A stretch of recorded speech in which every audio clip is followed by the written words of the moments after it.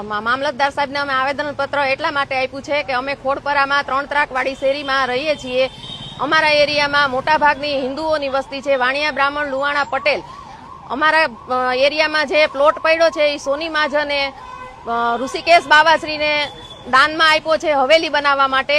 તો ઋષિકેશ બાવાશ્રીએ હવેલી બનાવવાને બદલે વિધર્મીને પ્લોટ વેચી નાખ્યો છે.